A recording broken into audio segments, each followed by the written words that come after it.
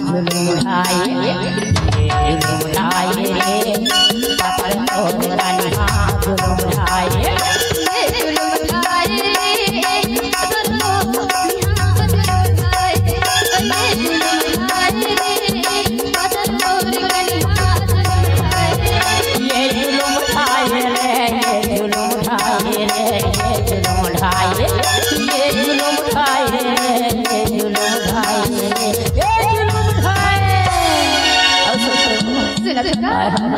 Kamlesh sound की लहारी पापड़ तोड़ कन्हा जुलूम उठाए जुलूम उठाए पापड़ तोड़ कन्हा जुलूम उठाए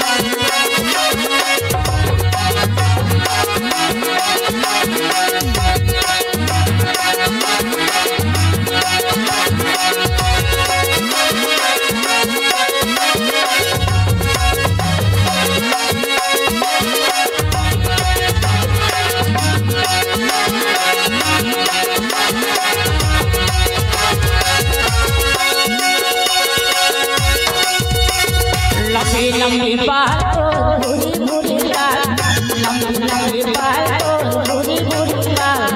पातर पातर कन्हा दे बाबा ने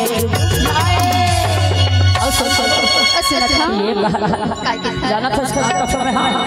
तो पातर पातर कन्हा अच्छा तो पातर पातर कन्हा भगवान का समोला ऐसे लगा था एकदम चिमक लेते हुए ऐसे लगा था लंबी लंबी बात बुरी बुरी बात लंबी लंबी बात बुरी बुरी बात लंबी लंबी बात बुरी बुरी बात लंबी लंबी बात बुरी बुरी बात पातर पातर पातर पातर पातर पातर पातर पातर पातर पातर पातर पातर बाबा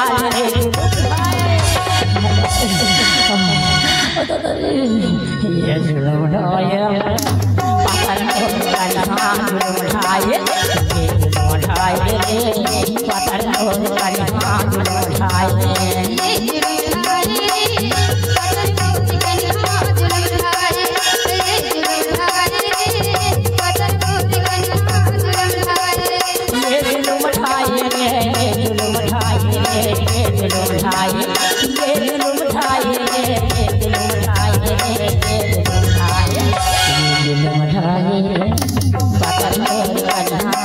उठाए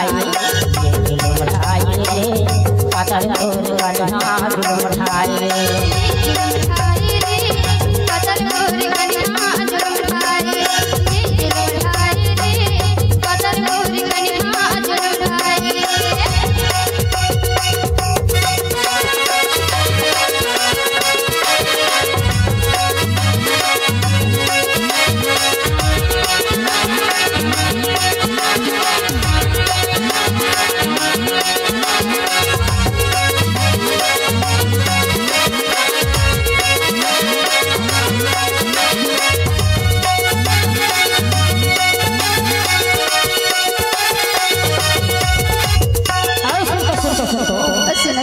कहाँ जाना उसका है।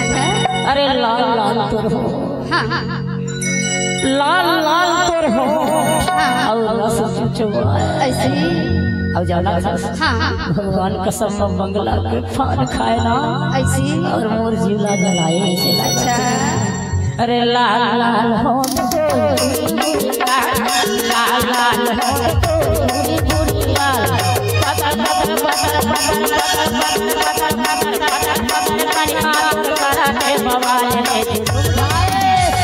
पतर पतर कन्या मारे ना अरे क्या हो गया बोला इसलिए देखा तेरे मर जाऊं अरे लाल लाल होठ तो रस चुचुआए लाल लाल होठ तो रस चुचुआए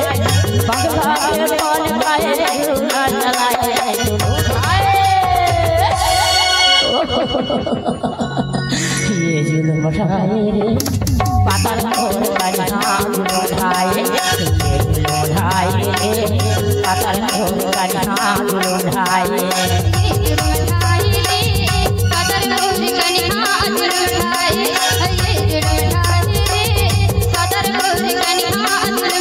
लंबी लंबी बालों बुरी बुरी लाल लंबी लंबी बालों बुरी बुरी लाल